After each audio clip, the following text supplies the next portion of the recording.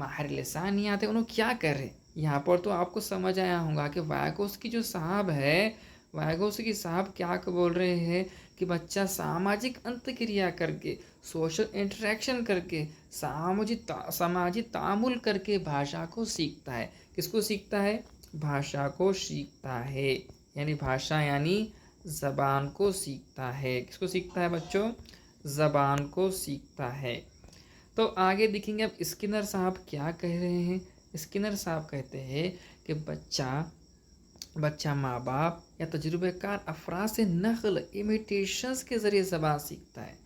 کیا کہتے ہیں یہاں پر اسکنر صاحب بول رہے کہ بچہ اپنے جو والدین ہوتے ہیں، جو اپنے فرینڈ، اپنے والدین کے بعد جو اپنے بھائی بہن ہوتے ہیں، یا جو تجربہ کار افراد ہوتے ہیں، یا جو بڑے افراد ہوتے ہیں، ان سے نقل کرتا ہے، امیٹیشنز کرتا ہے، اور ان کو دیکھ کر زبان سیکھتا ہے۔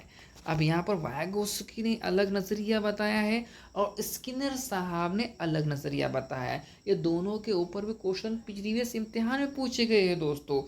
جی ہاں، اب ہم نے دونوں کے بارے میں بھی مزید معلومات حاصل کی ہے۔ اب آگے بڑھتے ہیں۔ اب دیکھو، زبان ادب، فن اور تہذیب و تمدن کی نشوما کرنے میں معاون ہوتی ہے۔ زبان کیا ہوتی ہے دوستو؟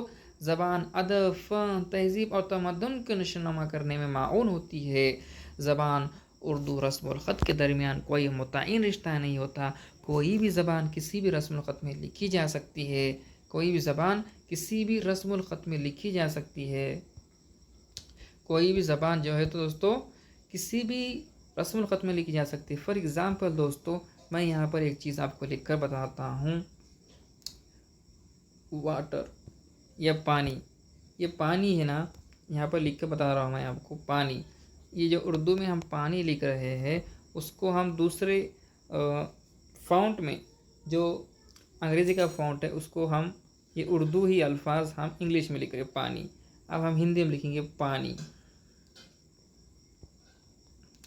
یہ کیا ہوا؟ کسی بھی زبان کو ہم کسی بھی رسم الخط میں لکھ سکتے ہیں۔ یہاں وہی بات بتائی جا رہی ہے، زبان اور رسم الخط کے درمیان کوئی متعین رشتہ نہیں ہوتا۔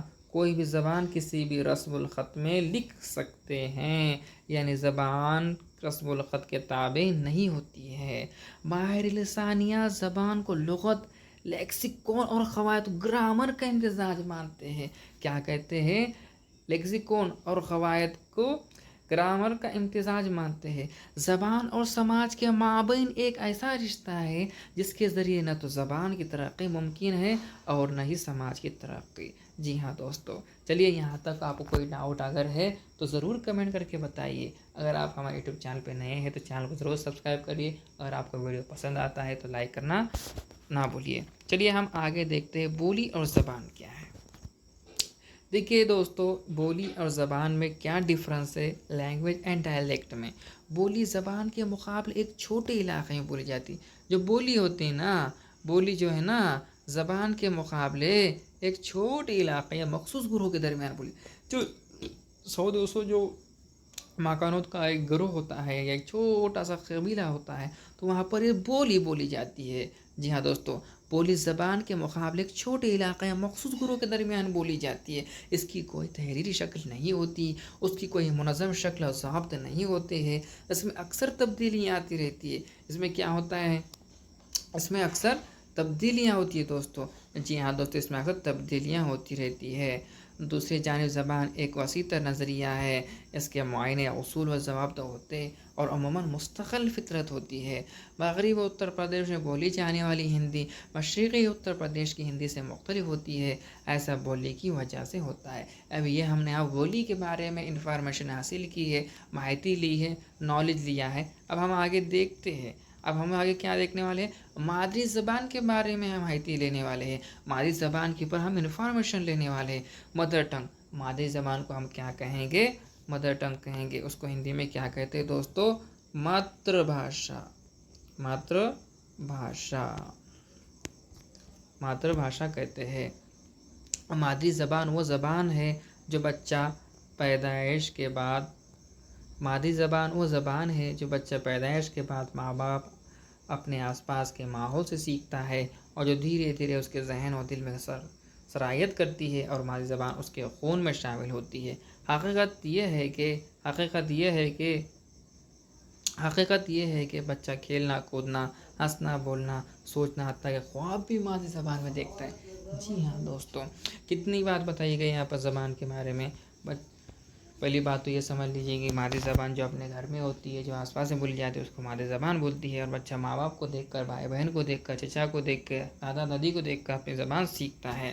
چلیے آگے دیکھتے ہیں۔ مادری زبان اظہار کا سب سے بہترین ذریعہ ہے۔ ہم اگر کسی کو سمبودھت کر رہے ہیں، ہم کسی کے سامنے اپنا اسپیچ دے رہے ہیں یا کسی کو بات کر رہے ہیں، تو ہم سب سے زیادہ اپنی پکڑ اپنی مادری زبان پر ہوتی ہے۔ جی ہاں دوستو، اپنی مدر ٹنگ پر ہوتی ہے۔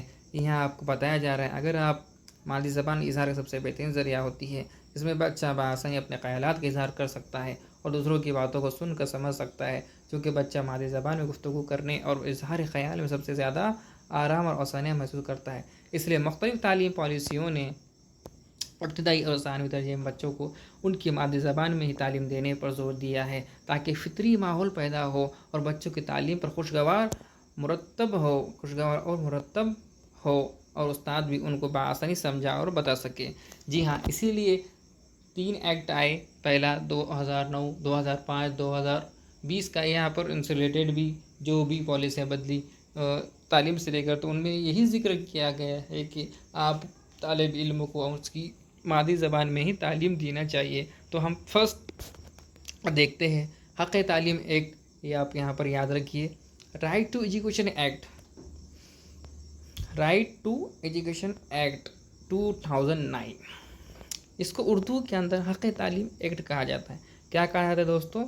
اس کو کہا جاتا ہے حق تعلیم ایکٹ کے مطابق جہاں تک ممکن ہو بچے کی ابتدائی تعلیم اس کی مادری زبان میں ہونی چاہیے۔